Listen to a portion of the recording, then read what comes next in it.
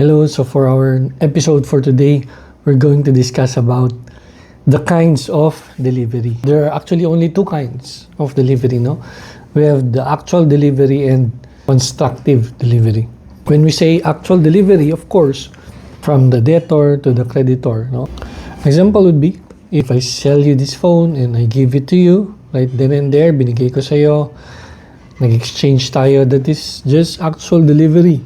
Okay, physically changing hands from the obligor to the obligee.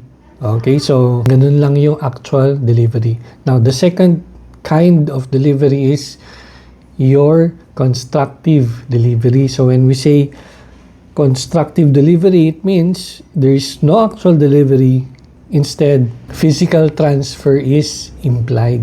Under constructive delivery, we have, I think, 5 types. So the first type is traditio symbolica or yung symbolical tradition. An example of this, so instead of delivering the car, okay, you can just deliver the keys. No? It's implied that you are delivering the actual car. Pero ang talagang binigay mo is yung susi. Parang susi ng bodega. No? Kung benta ka ng bodega, binigay mo lang yung susi. No?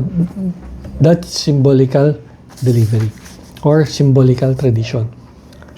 Now, the second type of constructive delivery is traditio longa mano. Yung traditio longa mano naman is delivery by mere consent or by mere pointing out. So, pumunta ka sa isang dealership, car dealership, gusto mo magbayad ng cash, ng sasakyan, tinuro mo, yun yung gusto ko, kunin ko na, binayaran mo. That is traditio longa mano by mere pointing out, no? Pumunta ka na malengke, ate, dalawa nito isda. No, yan. No? Traditio longa mano yan, no? By mere pointing out, no? Punta kayo ng plaza, pipili kayo ng ano yun, hinog na mangga, hinog na kung anumang prutas yan or gulay, no? That is traditio longa mano by mere consent, no?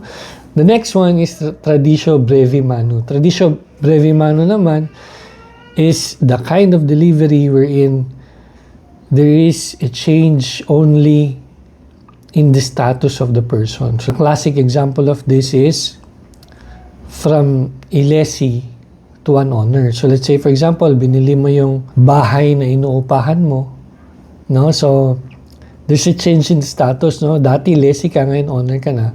Yun yung traditio brevi mano. The opposite of that is traditio constitutum possessorium. No? Yun yung Latin. Traditio constitutum possessorium. Yun naman, from being an owner to a mere lessee. Okay? From being an owner to a mere lessee. So, malamang, siguro binenta niya, tapos inupahan niya din. So, yung kanina, inupahan niya, tapos binili niya, naging owner siya. Ito naman, owner siya, binenta niya, pero inupahan niya ulit. No? So, that is traditio constitutum possessorium. And the last is tradition by execution of legal forms and solemnities. So, an example of that is execution of public instruments, no? Meaning the mere execution of a deed of absolute sale can be constituted as delivery. So, may mga ganun na transactions. Yun lang yung kinds ng delivery.